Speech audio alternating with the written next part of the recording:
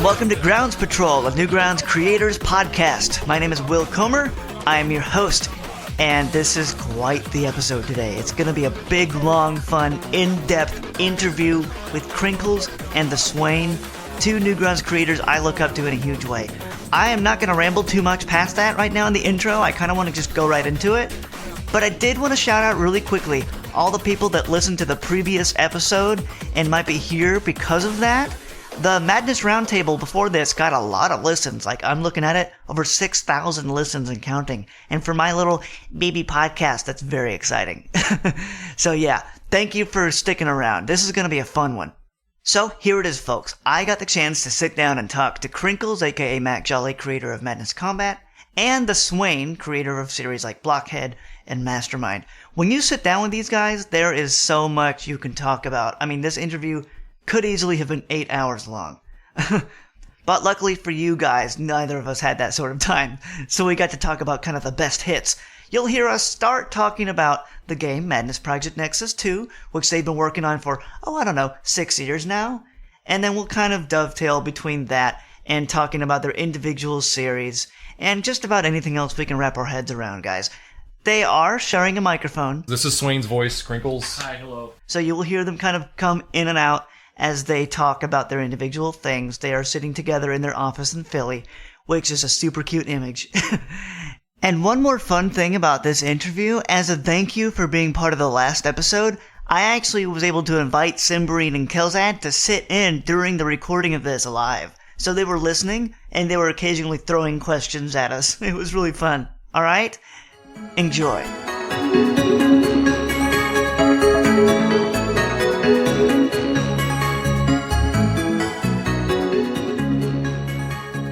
The order of events is typically Matt produces the content, the hard visual stuff, the models, the 2D stuff, basically everything except for the audio work, which we have our buddy DJ Lucknar is working on with us, Right. And Cheshire as well for half the music at least. But other than that stuff, if it's visual, with very few exceptions, some like particle effects are me. Yeah, you know all the particle effects, really. Yeah, just because it's just easier. I kind of have a grasp of it. But you're like right in there too. So like finishing details. But other than that, Matt's producing the real hard raw stuff, and because of that means he has to make it before I can work with it. I do what I can with placeholders, but ultimately I'm always the last one to touch the game before any particular build goes out, which is why right now I'm working on the final boss fight of the game, of story mode, and because I have all the content I need from Matt to do that, he's wrapping back around and going back to the beginning, which is to improve all the stuff that is just sort of sat idle for years, untouched and unimproved, and finally getting to that. Right. A lot of that comes from so like since Swain gets this stuff at the end of the work pipeline too, like I when I put these assets together and give them to him and like I see it in the game the way it's supposed to be, like by that point, like, you know, I realized like maybe I could have taken a little more detail at certain points and maybe spent too much time detailing things that don't matter, or like alternatively, like just noting that I have to make this many things. Sometimes I'll skim over parts that are more prominent than I thought they were. And plus plans change. Like we know what we want a boss to do, and we're like, oh holy shit! What if this guy Hive, for example, one of our larger bosses that you fight, he's this like cybernetic half living organic, half machine robot rocket launcher man. And but he also keep talking. All right. He's fantastic. Is that buttons unbuttoning I hear, or is that a zipper? I can't. Anyway, he's also an incubator for these like creatures that we call hive slugs that he spits out, hence the name Hive. And we had all these little ideas for what this fight was going to be, and it completely changed. Like very little of it remained based on our original concept for this character, for anything other than the visuals, which of course he stuck with that and looks fantastic.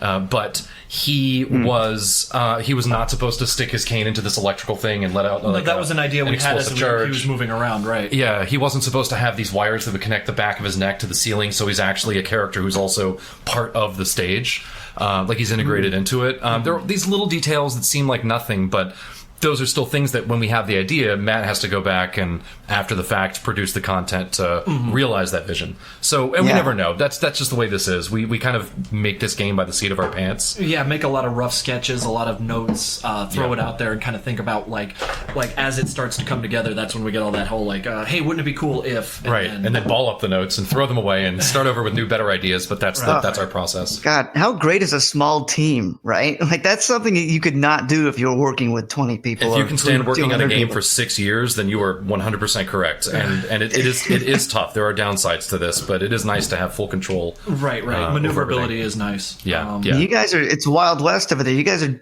like you said, you have to work on it forever because there's basically nobody doing it, but you can do whatever you want. You're talking about playing a game and saying, ooh, it would be cool if the guy could do this thing.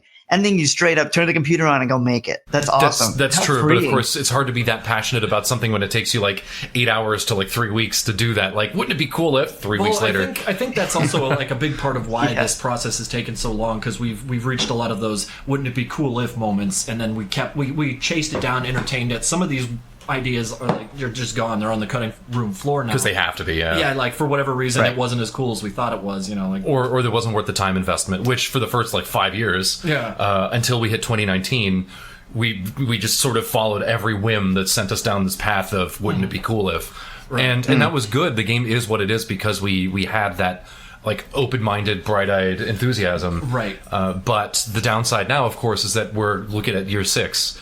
We started working on the proof of concept for this game in like 2013. It was October, November of 2013. I spent the summer 2013 learning Unity, but not related to Madness, knowing that we would get into it afterwards at some point, and that's when that happened. Then we started working on the Kickstarter in 2014, and here we are. How old are you guys? Can I ask? 38 and 37. I just turned 38 a couple weeks ago, and I'm trailing behind just a little bit. We're talking about like your mid 30s has been this one project. Yeah. Well, early 30s also, crazy. Yeah. Early 30s, mid 30s. I was 32 when I started this game. Think about that. And I'm 37 now. Yeah. What a chunk, man. I know, but to be fair, this is the game. This is the when I say game, I mean this is like the job. This is what you are expected to do.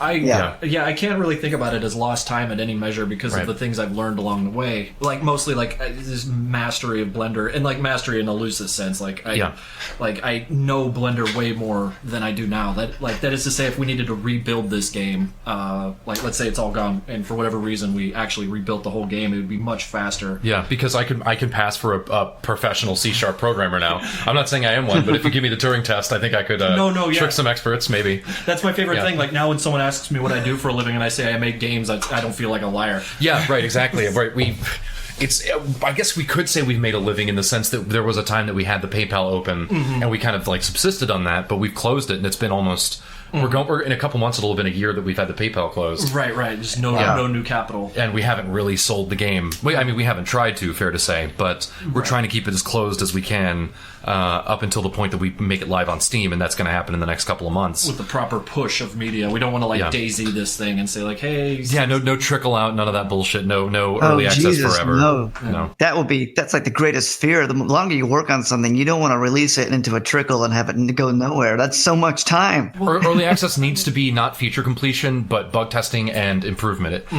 Which is what it's for. It's to get impressions of. Well, all right. Early access, to be fair, on Steam is there so that developers can get an assessment of what their potential consumer and market base expects out of the game, so that they can direct the production and kind of like fit it. Yeah, make it a little more of a bespoke game. Right. And early access is not supposed to be used to fund development. That's sort of explicitly stated for Steam partners. That's not really what it's supposed to be. And if you're looking to use early access as a way of funding your project, and Steam gets wind of that, they can shut you down. Not that they will, but they're within their right to, because it's plastered all over their terms of service. Right. So we're developing, but we have people who have keys, all of the Kickstarter and the time that we were doing the PayPal. So we have plenty of people with access who have been invaluable in helping us test. But early access for us is going to be bug testing. That's when we finally get there. It will be a quote-unquote finished game. And the viewership, the fans of Madness, people who are discovering the game for the first time, who buy into it on early access, will go into it knowing it's a finished game with problems. Help us solve those problems. Right. So that's the expectation anyway. That's what we're shooting for. Killer. Yeah. Before we keep going, I want to go into the audience room and tell them to get in here because I think they're all waiting for each other at the same time. Audience, ask us questions. I think they're just now realizing that we've been going. Yeah, even though our little microphones are blinking. Exactly. Here they are. Hi, guys. Hello? Hi. They're gonna be responding to us in the audience chat because they won't be able to talk, but that's cool. Now we got the people. I didn't want to keep going without. They're gonna be like, so when does it start? Like, oh, it's over. Sorry, We're we done. did it. Missed the Yeah. window, kids. Go home. It's another Cool, Grounds cool. Patrol apology.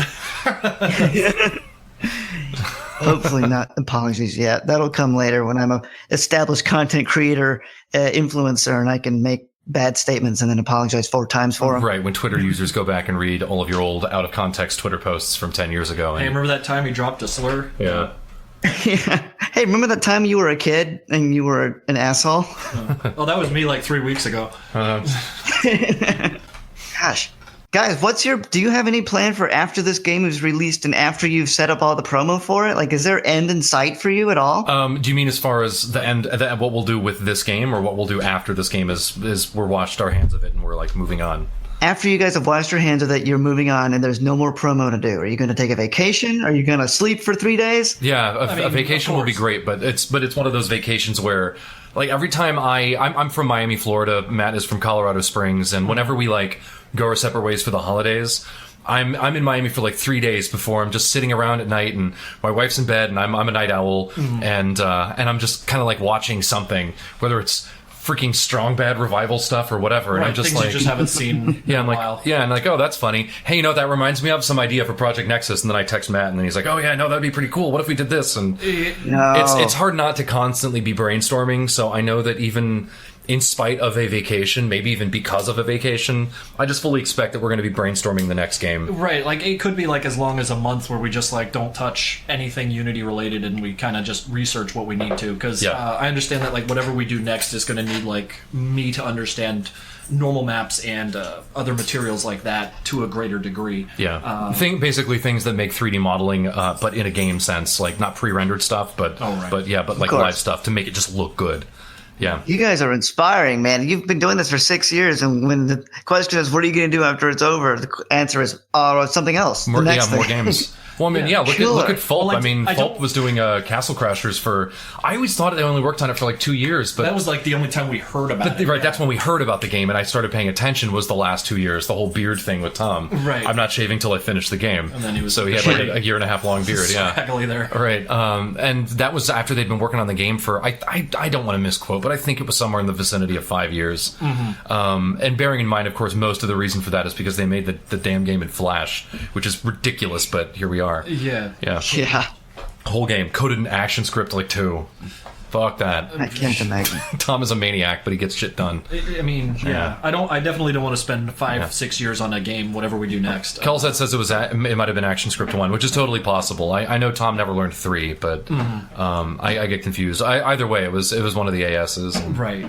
yeah, it's ludicrous either way. When you guys promote this game, is the plan to have it linked tightly to Newgrounds, or is it going to be a separate entity that you will say on Newgrounds that it's there, but it's Yeah, it's Well, still Newgrounds, or Madness is like pretty much Newgrounds grown. I would like to very much like pronounce that connection between. yeah, and I mean Tom helped us out in the Kickstarter as well. Like he jumped in through himself and through Newgrounds individually. So I mean financially they have supported us, and it doesn't follow the same rules as say a sponsorship would. Taking a Newgrounds sponsorship for a Madness cartoon or any kind of content for Newgrounds. Just like professionals. I can't think of a single series that is more tied to Newgrounds than Madness. It's like the mascot almost, more than the other stuff to me. It's almost as old as the Portal. Yeah, Yeah. Yeah, I just looked it up because I've been curious. Yeah. Since 2002. yeah, That's when Madness Combat 1 came out, yeah. yeah, and Marshmallow Madness shortly before that. Yeah, it was like 2001, the end of it. Yeah. I can barely remember. Right. Matt, how does it feel to be working in the same series for 17 years? It's just my life now. Good, because it's not going to stop. Yeah, good, because it's not going to stop. Yeah, It is and will continue to be. Yeah. Right. I mean, like, it's... Like, I don't even think of it as like something separate that like haunts or chases me around or anything. It's just like always there, the background radiation of something that I need to think about or do. Yeah, it's like I like cooking. So I'm going to be cooking. You always got to eat, and Matt's always got to create something, and madness is there. Yeah, like I'm not going to suddenly stop lifting weights, so I'm not going to suddenly stop being into madness. So. Right. It's not like he's been trying to get out for years, and oops, we made a game. Yeah, no. I think I'm speaking like, facetiously when I say, okay, here's the last one, guys. It's like what I've been saying that since Madness 4 or 3, 2, shit. Yeah. We all know better. Yeah. So now that you're working together and you've been doing Madness as a little more of a collaborative thing with the game, I'm wondering if maybe this is driving you to get more people involved in the actual making of the core series too. I know that right now Seth helps you do it. And I would absolutely love to get more people involved in the animation and sprite making process, because like it's daunting to make so much stuff. I like handling the animation stuff myself. Like that's my. I think that's the same with anyone who does these animations. Like that's the most fun. To just move them around and think of creative ways to get the blood all over the place. It's just like. It's such a slog to get through the sprites, the backgrounds, like not so much the animatics, or even if I bother with those, which is rare. But it's something that I want to do, like in the coming cartoons, as soon as the next cartoon, that little short that I've posted about on my Patreon. But I'll be reaching out for new character artwork and new backgrounds, pretty much like at an increasing pace as time comes. When do you think you're gonna cross the threshold between reaching out to people and actually having a core team from the very beginning? Oh lordy, I can't think that far ahead, but I wouldn't be against the idea, especially as I might find myself more embroiled in animation or in game development as time moves forward. Yeah, because Madness is a passion project. It's not like like the game is. We're doing the game because we want to, and because it's important to us. Madness is that too, but it's a little bit more difficult. Ask anyone, and I'm sure you realize that selling a cartoon, not that Matt's even trying necessarily, but selling a cartoon is very difficult to do, and the whole Krinkels brand has been creating these cartoons out of enjoyment and love for the content. Obviously, everybody knows this. And it has been that way since it started, but that also kind of limits the access Matt has to help. To help, right? First off, they have to be people who want to help for free, because Matt's not trying to necessarily profit from this. Some change here and there on the YouTube channel or whatever, that'd be great. But I'm demonetized on YouTube, but like it's like anytime I get artwork from Sethic, I throw him like some money. I have like a hard time asking people to work for free. Yeah. I mean, So that's right. That does right away sort of hamstring an attempt to make it a larger production. Is that everybody has to work on a schedule where we depend on each other, but for free. Yeah, but also for free. Whereas Matt and I with this game know that there will come a day where we sell it, and both of us will own this game 50-50, right down the middle. Right. I don't own Madness. I don't touch it. It's not mine. But Project Nexus is both of ours. Right. And from whatever we sell it for, we split it, and hopefully the grand amount of that will go back into the company, so that we can continue developing games and actually pay people to help us. Because this is like livelihood stuff. Yeah, not go off the fumes of passion from other people who are inspired by Madness and would love to help Matt make these cartoons, but it's not realistic because it's a job. It is work, and you would be expected to work with Matt the way that Matt needs you to work, and you now have a boss who's not paying you anything. So that's the stuff that shies me away from, like, because it's when I can't be bossy and say, look, I need it particular ways. The art set up in this way, the music set up in this way, the this, that, and the other. So now a bigger Patreon that went towards like a large team. That's one thing, but even so, now all that time that you've been spending animating is now going towards wrangling and supervising and making sure that you're directing now. You're not just creating. Right. So some of what you contribute gets lost in the bureaucracy. Sad fact, but that's just what happened. Or you have somebody that is in charge of the Patreon and in charge of the community and dealing with it, but then you have somebody else on your payroll that's doing that. It all works back into the money thing. I get that. Yeah. It just blows my mind when I think about it that this is a series that you've been working on for so long, and it's still been a you series, an identity to you thing. But I guess it has precedent. I mean, it reminds me a little bit of like Homestuck with Andrew Hussey. Oh, it's like that's a series that like is the size of a giant continent, but it's still like it's him. It's all him. And the fan work is kind of a big part of what supports that too. Like when you look up that stuff on the internet, like it's mostly fan art before you actually get to Hussey's work. Yeah. I always wonder about that. Like when you see these guys that like I watch, one of my guilty pleasures is the TV show Supernatural, and it's been going for something like 14 years, or it's hitting its 14th year. It was only supposed to go for 3, I think, and they pushed it to 5, and it became so popular that it just kept going. And these two actors, Jensen Ackles and Jared Padalecki, aren't in anything else, not anything significant. And they're fine actors meant to play these like goofy caricatures, so it doesn't seem like they can do very well. But they're both very talented guys who've done like nothing that anybody really cares or knows about. They have a huge following at supernatural themed conventions, which are a thing. And yet they've been doing this for 14 years. They are Sam and Dean Winchester. It's so weird to think that these guys have, I mean, they've cut their teeth on this. They became famous from this, but it's never turned into anything else. It's just been Supernatural for these guys. And I don't know how somebody could just go with one. I'm like vomiting myself to sleep every night because we've been working for 6 years on this one game. These guys have been doing it for 14 years. I don't understand how someone could find the gall and stomach to like weather that, and to like the internal fortitude that it would require to be like, well, I'm an old man now. I've been doing this my whole fucking life. Here's my photo album. There goes my youth. And the one thing I did the whole time. That's exactly how I feel too. Like at a certain point, it becomes chiseled on your gravestone. It's like, this is your thing that you did. And I always feel a little bad wondering if they secretly feel bad about it and they wish they could do other stuff, because for all we know, they don't feel bad about it. And for all they know, they're super happy to be identified as this. And, like satisfied by it. Like, I fucking hope so. Maybe they got like a rich personal life, and this is just what they do to hold the bills up. Right. Yeah. Maybe they've had like hour-long days or something. Like, and they just go home and like follow down their hobbies and interests. Yeah. Right. An hour in makeup, do some shots, go home, play with the kids. You know. Right. Like a game show host, basically. It's like, I've been doing the game show for 20 years because I do it 3 hours a week and I can live my life. Yeah, and dude, up until like earlier this year, we were, for this game, putting in such ridiculous hours, both weekly and also taking weekends to work just to try to push this out. That nonsense started like sometime last year. We were like, hey, but what if we worked on the weekends? And then and we did, and it was productive, but it ablated us down to this like level of mental exhaustion and like not depression at all, because this work is still fulfilling, but this feeling of no matter how much we shovel into this black hole, it's always hungry for more work, and it's never finished.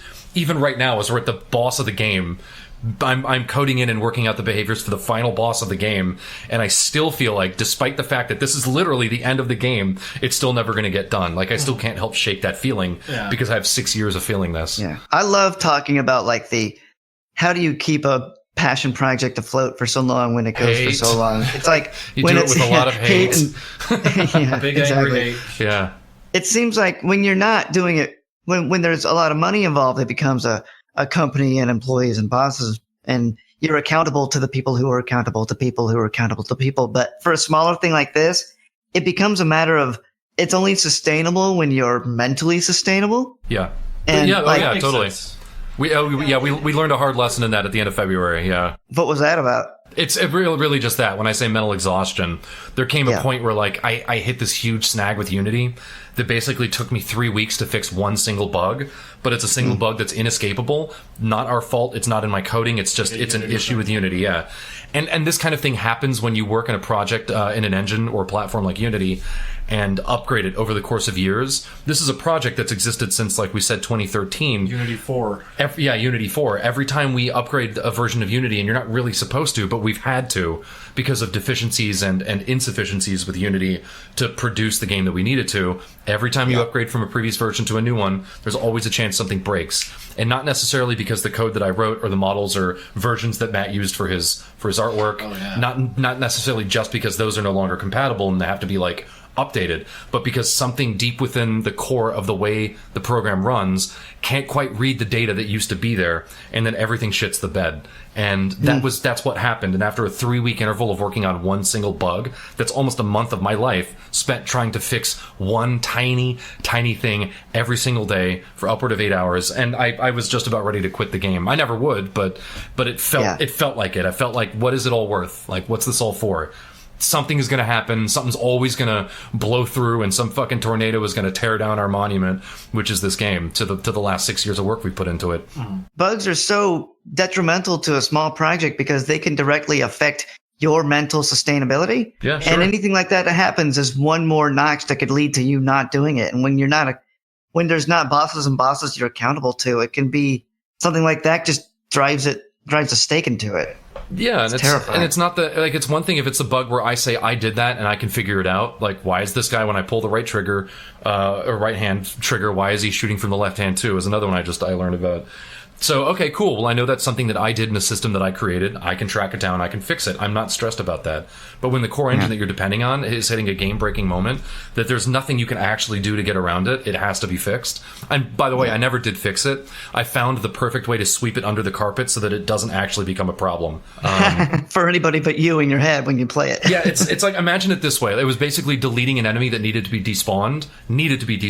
It was required. Was causing the game to hard crash, and not even consistently. And it's only when the sequence of like 3 things all happen to be true in a situation where it was true, needed to be true in this case. It had to do with like the physics engine fucking around with the garbage collection system, where the program gets rid of information that no longer needs to be stored in memory. And a lot of that stuff is automated with Unity, but they've given a lot more control. But it would be like, let's say that if you had a car that you're taking to the junkyard and you're trying to junk it. By putting the car in the junker, the thing that turns it into a metal cube, by doing that, let's say that breaks the machine. Okay, so something inside the car is breaking the machine, because if I pull the engine out and I pull the fuel injection system out, now the car crushes fine. Okay, so there's something wrong with this. That's basically what it was I had to figure out how to strip away all the little tiny things that could be junked, leaving behind the things that couldn't be despawned because it would cause a hard crash. It was something like that that's so deeply rooted at the core of Unity that I have no influence over that. It's not my engine. Yeah. And it took me 3 weeks of constant work just to uncover this one problem, and that was so morale shattering that I basically, despite the 3 weeks it took to fix it, I basically spent the first week just like, hey Matt, don't even bother coming over. I'm just gonna be in my fucking pajamas, waking up at 3 PM, like drinking my coffee, miserable, looking at the screen. It's like, I'm not even gonna be like a pleasure to be around. So you need a week of withdrawal at this point. It kind of was, and even so, I'm like, I just need to be in a better headspace, so I'm taking a week off.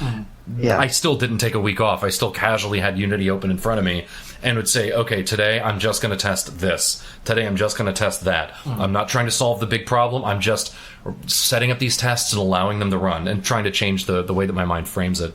That's so dangerous when you're your own boss. It's just like trying to find ways to take a break when you're still... Yeah. I find that even with Grounds Patrol, which is I make 2 of them a month. There was a point where I was considering doing once a week. And as much as that doesn't seem like that much extra work, it's just how long would I have been able to sustain it before getting tired of it? And then when I got tired of it... Yeah, it's a weird feeling when you hit that wall. Yeah, just doing it twice a month, or in this case, every 2 weeks, I could probably do more if I wanted to, but it's a matter of spacing it out so that there's as little danger as possible of me just getting tired of it and not wanting to do it anymore, and then nobody stopping me from just stopping it. If you were going to go start a new project later on down the road after this, what schedule do you think you would set for yourselves knowing this? We've talked about like 1.5 to 2 years. And be a lot more stringent about the game Bible that comes like before the actual development of the game. Yeah, something Mindchamber taught us about the game Bible. The strict set of rules of things that you cannot surpass, that this is what the game is, and you can't go past it unless you're somehow under on time budget. Right. Yeah, the idea of like kind of fencing in the work that needs to be done rather than just like running amok and then getting lost for years. Wait, that's fascinating. What is this idea? I want to know more. It's of the game Bible. It's just the concept of your game. It's effectively like writing the game, the rules of the game, like before you actually make the game, like getting all your concept art together, like knowing exactly how much of what you need, and how the characters and how the rules are set up, so that like when you sit down and say let's make a game, you know exactly what you're doing. It's effectively conceptual storyboarding is what it is. Yeah. So you know what the expectations are that you've set for yourself before you go in and say, wouldn't it be cool if? yeah, well, wouldn't it be cool if this game also took 6 years to make? No, it really wouldn't, so let's not do that. It's effectively just knowing exactly what you're doing before you get into it, because while it is fun to just get in there and start hacking around, like sketching or modeling, and in the very artistic sense, that's liberating and free, but like for large structured projects, it's good to know where like your bases are, and like that way, halfway through the project, you're not like, hey, but what if we had a new game mechanic? Like, you're just like, F off with that, next game. Yeah, especially in a game like what we're going to do next that would require more than just the two of us, but like artists and programmers that are depending on our guidance. It's easier if we all have the same expectation going into it. And even if Matt and I are outsourcing ideas from other people as a part of this team, it's still at the core of it going to be the both of us coming up with the game. Like it's going to be our game at the end of the day. And we would like if the people who are either being paid to do this or getting some sort of equity out of it, it would be better if they knew what the direction is, the vision, crystal clear as we can make it in advance. Right. And how big it could be maximum. Well, that's the idea of like hiring someone, because like you want their kind of creative flair on it, but you understand that like the rules are set. We don't need any more like changes to the rules. Yeah, not like a modeler's helping you and you give him direction, him or her direction, and they come back to you like every 15 seconds. Hey Matt, what about this? Hey Matt, what do you think I should do? Hey Matt. They give you like a model like just completely different. All the things are broken apart. They're like, hey, look, I made his outfit. Like you could take it apart and make all these different things. He's like, but we don't need that. You know? Like we don't need that functionality. Yeah, that's a good example. Wouldn't it be cool if? He's like, no, Well, yeah, because by doing that, now you've dictated that the programmers now all have other features that they're being required to produce just to utilize that, if we even wanted that concept in the game. Right. And it all just trickles downhill like most sewage does. So like having a game bible pretty much says that, like, let's just say the game bible says this character has this many parts and is interchangeable thusly. When I sit down to make a character, like the structure is there, the mold is there, I just have to like fill it with art content. There's no ambiguity. I don't have to like make anything up aside from the art itself. The word feature creep was important for me to learn at one point. It's the idea that your what ifs could turn into a lot more work. If one day you have a game in mind where you're a stick person who jumps and can walk left and right and shoot a gun, which sounds like Madness Combat now that I think about it, but you do that for one day, and then the next day is, well, what if there's an inventory system? Yeah, what if it was full multiplayer MMO? What if it was an MMORPG with microtransactions? Give me that battle royale, son. Yeah. Like, good. You might have been able to develop this when you were still talking about the stickman moving around, but guess what? That project is dead because you tacked on too many things onto it. These things interact with each other. So easy. Right, there are things that require a level of preparation that you strictly cannot add on later, and not the least of which is network or LAN, like multiplayer. You can't just take a game and slap on multiplayer. Well, like I've set up this game in such a way where in Project Nexus you still are able to. It's a squad-based system with controllers. I don't mean like inputs like joysticks, but controllers that dictate that a person that walks around on the screen takes his prompts from either keyboard input and mouse from the player or from a sort of AI system that interprets the environment and then commands the person to move around. There's still two people being pushed around by two sources of input, AI or player. All I had to do was make it so that a second player can get his inputs from a literal joystick, like a Steam controller or Xbox controller, whatever, plugged into the computer. So now we have multiplayer. But that's only because I planned for that, and it's still only just local. Like multiplayer working with packets, no, you can't. It just doesn't work that way. Kelzad says, yeah, that's cool and all, but can we add fully functional VR gameplay? Right, yeah, Let's actually, it would be just as easy to say, hey, this is cool, but you should have some scenes where you're now in first person. Actually, we've had people say that to us before. That's a good example. And we laugh. Yeah. That's a good example of like we laugh at that. Yeah, that's a good example. Go make it for us. We'll talk about it. Yeah, right. And obviously the fan base who are like, hey, it'd be cool if people could be first person sometimes. Like, they don't have access to the game Bible, but that's why we also don't listen to the enthusiasts because they don't know. They don't share in your vision. It's easy to have ideas and to say that they're going to be good. Get those all over the place for free. Yeah. Hey, Simbarine and Kelzad, if you have any questions, feel free to launch them at us because we're reading your stuff. I want to make sure that you're included here too. To be fair, we also know these two guys, so they have a direct line to us. So if they're really curious about something, I feel like they might have already asked us. This is true. Yeah, I talk to these people from time to time. Yeah, but for the sake of entertainment and also making us sweat a little bit, it's like 80 degrees in Philly, but I could stand to sweat a little more. Yeah. If you want to ask us some hard questions. Hard questions. Oh, yeah. That's got one for you. Like when the Sanford Demos hentai, when is that finally? Just kidding. That exists. Ask the fans. They've all made it. Yeah. It's not patrons only. It's not good. I was so last episode when I was talking to them, actually, we were talking about the Madness community, and part of the episode for me was realizing how hard it is to know about the Madness community if you're not part of it. Cyber Devil put a review on that episode, and I pulled a little bit out of it. He said, "It feels like my knowledge of the Madness realm is still a bit lacking. All the collabs, blood splatter resources, and common sprite packs, sounds, the test culture, news post groups. I don't even know what those mean." Well, it's a lot of the animators like to swap their sprite work, their Flash sprite work with each other, or dig them up out of other Flashes, so that they have a huge resource pool from which to make their cartoons from, and have the art readily available to them. Because sound effects and stuff like that can be really hard to find. Sometimes people put together really cool character artwork because you got to draw them 6 times. And so they'll do that and throw it out there and say, "Hey, make a cartoon with my guy," or is that six times for each of the directions? Yeah, I think left to right, forward. Left to right is 5, and then 1 for back, and then you could of course do more. If you're feeling super thorough. What is the test culture? I have no idea what that could mean. I think they're referring to when you just make an animation being 3 or 5 seconds of just a guy shooting a gun or stabbing some other guy. Like a proof of concept? Yeah.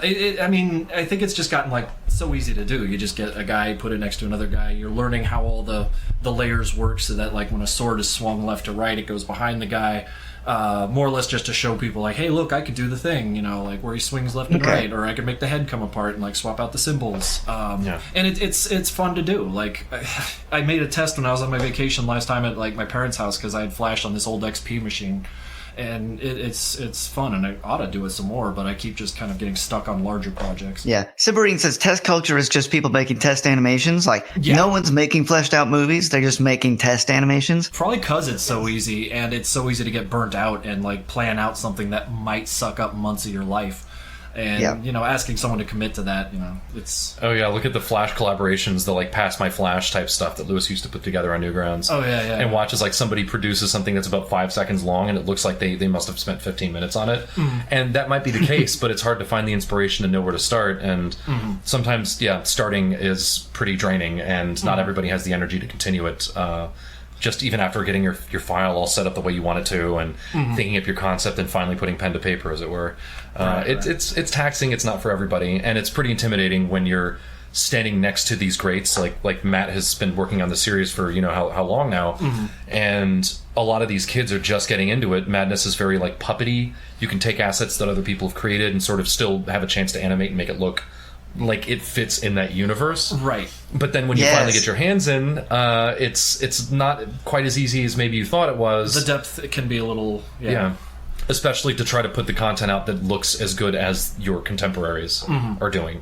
The depth. Once you get people moving around on screen and shooting each other, you have now made something that looks like what everybody else is doing. Now the next step is actually making something with a little meat in it that you can actually watch for 5 minutes and as a story with a narrative, or at least has some sort of meaning.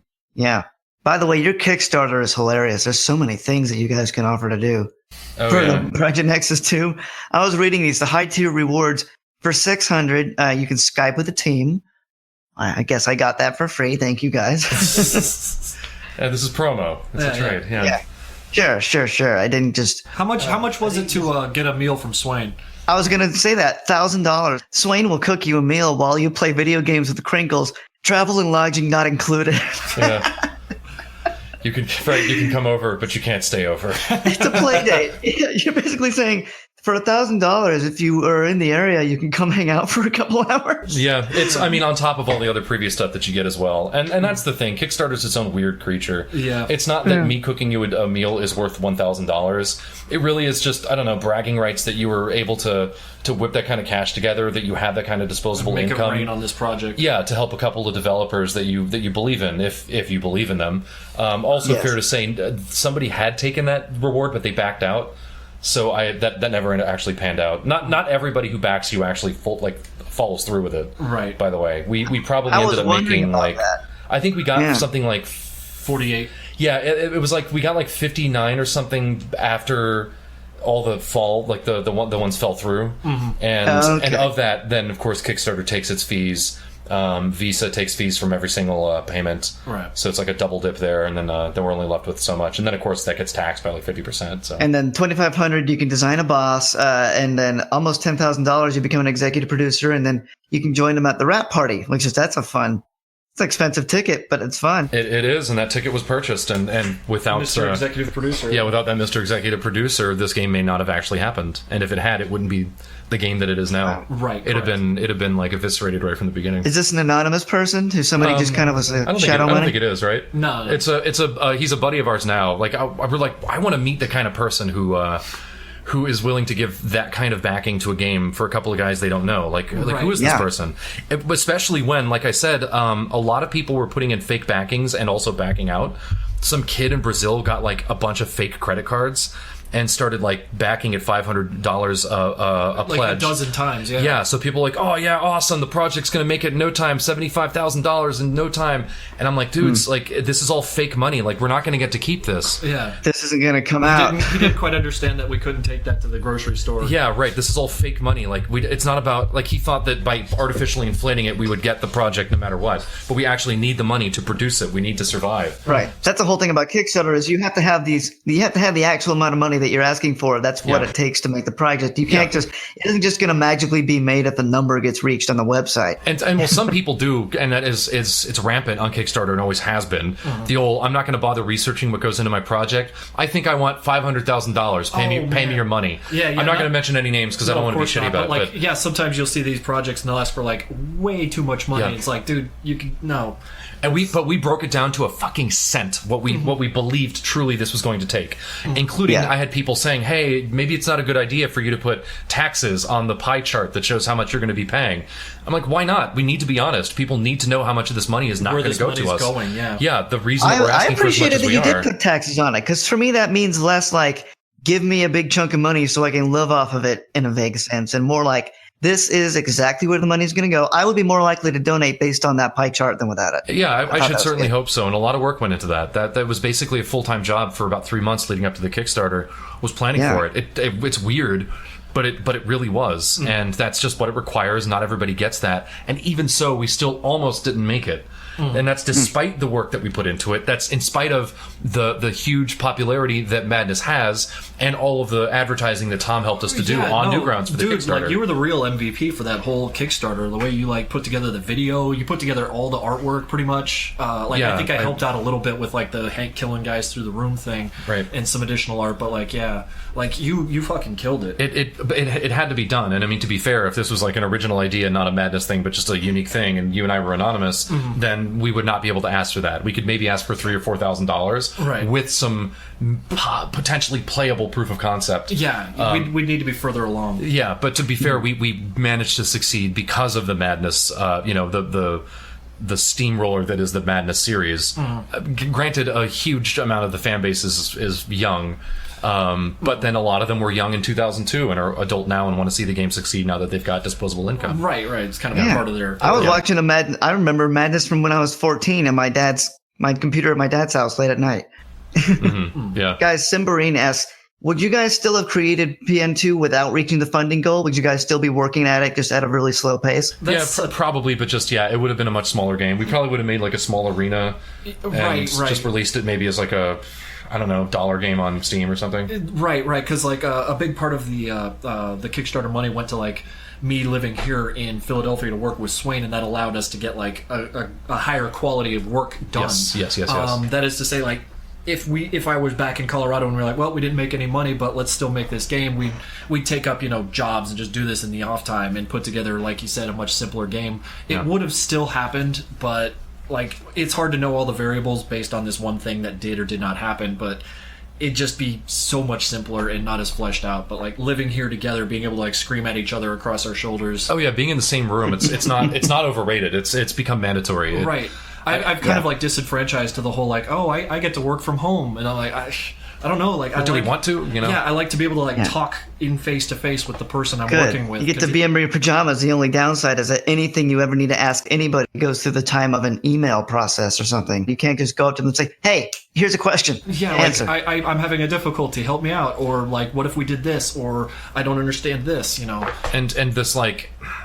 that wouldn't it be cool if culture that we've cultivated, which has led to a 6-year game, that is the edge of the double-edged sword. Yeah, we do get excited in here with our little whiteboards. Yeah, but that's the flip side, though, is that because we are in the same room, it turns into like one of us will think out an idea out loud, and it turns into this tennis match where the idea goes back and forth in a way that you just cannot do that if you're not in person.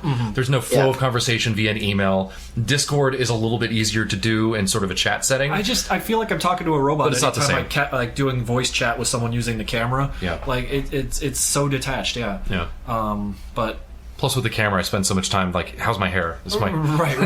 I got something in my teeth. Yeah. Oh, don't smile. Should have shaved my neck. This is interesting. Kelzad asks, how much of a hassle was it to create a functional AI for both enemies and friendlies? So some would say that I still haven't. I was going to say that's an ongoing process. I feel like I've tried to explain to people. I've explained it to a lot of the people in the Madness, Madness fan base who are also following the game, so that they can help to disseminate this, so it doesn't fall on me to always explain it. But when from the beginning, we had a very simple AI. They ran at you. They pulled the trigger a bunch of times. We had to start putting things in place to cause them to want to not pull the trigger as often, to manage difficulty, and also like having the auto aim not really work in such a way where characters are just like plinking you from across the map and hitting you 100% of the time, and basically making them inaccurate. All of these systems we started to work on from the beginning were very easy to do, but when you start getting into navigating and tactical decision making, not just do I pull the trigger and where are you, let me face you. When we started to get into that level of complexity, I put a lot of work into systems that I felt were functional, and then we'd overhaul the game, and the AI would get a huge overhaul, and none of those AI personalities worked anymore. They'd run into glitches, run off of cliffs, shoot at teammates, or just generally not behave as intended. And every time there's a significant change to the AI or the game engine in general, including just the general physics rules of the game, the AI doesn't necessarily know how to interpret those until I command them to. So right now, the AI is very, it's insufficient in the capacity we need it to be by the end. But that's sort of my choice, in the sense that we have to finish the engine first before we ever go back to it. This is a case of it doesn't need to be perfect; it needs to be shipped. Yeah, and to be fair, it is. I wouldn't call it a hassle. I would say that's part of the job. So I don't think hassle is the right word for it. The hassle part, which is why I'm kind of setting it up this way, the hassle is when I get it to work and then it doesn't, and then I just have to do it again. It's basically painting the floor I'm standing on. So that's the only hassle. Other than that, making functional AI is a charm. I love it. I love watching these characters perform like people. No, the very first time we got like interactive mode running, and like we'd spawn in like opposing factions and watch them run in and take cover and shoot at each other and interact. Like it was one of many like moments where I'm like, wow, this is awesome. Interactive isn't just like, let me play with all the weapons and see what they do. You can do that. It's ant farm mode. It's where you get to step back and watch the screen and not even factor into what occurs. Right. And I totally love that. And we're going to be adding a lot more features into that at some point. Besides the AI fighting each other that you guys got to watch, what are some of the pieces of the game that you are most proud of right now? Recently there was, I don't know if this counts as a piece, but it was really beautiful, and it framed it in a context that I think does the opposite of working long weekends and having Unity require I spend 3 weeks fixing one bug. And that was our buddy Sean, who is he's our British friend who has been a Madness fan for a long time, but also has been helping to manage our street team, the fellas that try to get our name out there and represent us to the community.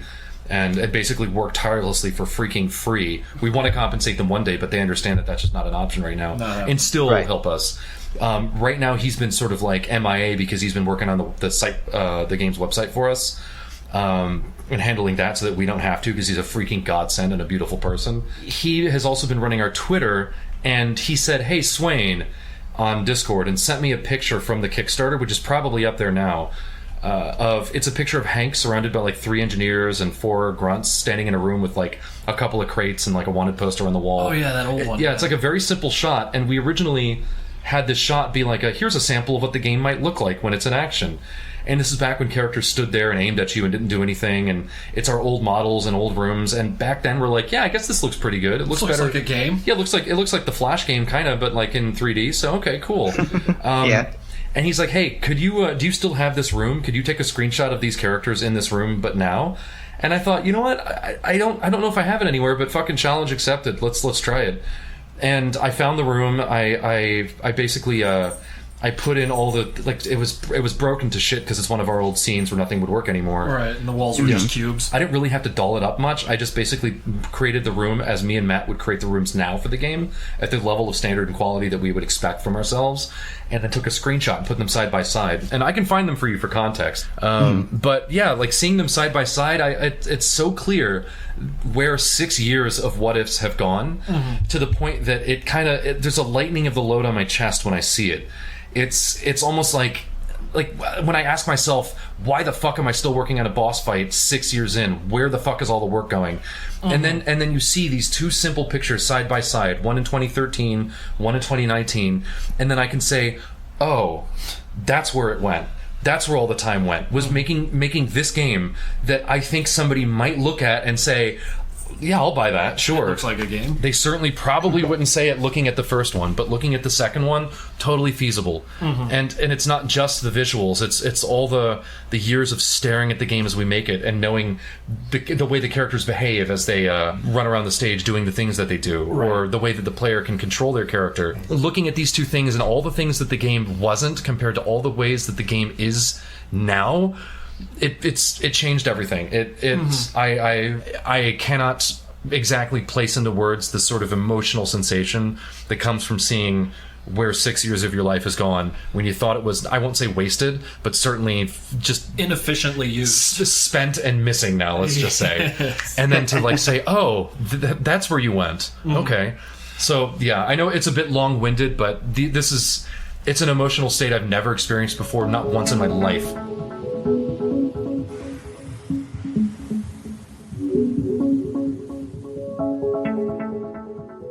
A big giant thank you to Krinkels and The-Swain for joining me on that. Guys, if you're interested, that picture we're talking about at the end, the before and after thing, I'm going to put it up on the Grounds Patrol Twitter so you can see it basically as soon as this episode comes out. So look for it there. If you want more Krinkels and Swain, and you didn't get enough from this interview alone, I have good news for you. We talked for a lot longer than this, and I'm definitely going to have some bonus content that I'm going to put on our Discord. You can join our Discord server at bit.ly/Grounds Patrol. Alright? Do you have any thoughts you want to share about this episode? Please leave a review on Newgrounds on this episode's page. I'm actually going to start reading reviews from previous episodes at the top of the next episode. So if you leave a review and say something nice about us, or something not nice, or anything else, I don't care, I might likely read what you have to say live on the air. Fun times. I'm just going to put this out into the world, as I did last time. I would love to be at 100 Newgrounds fans. Actually, right now we're at 94. We just need 6 more. So if you haven't yet, go to Newgrounds, hit that follow button, and you'll see things from us as soon as they come out. And you'll help support this podcast if you want to. And, I'm gauging how quickly I grow our podcast based on the viewership. So the more you show your support, the more this is going to grow into a bigger and bigger thing. How exactly? Maybe you'll find out. Guys, again, I'm Will Comer. You can find me on Newgrounds and Twitter at WillKMR. Thank you to Waterflame for the use of his song Below. Our next episode is 2 Wednesdays from now. That's going to be July 10th. Mark your calendars, guys. Until next time, stay creative.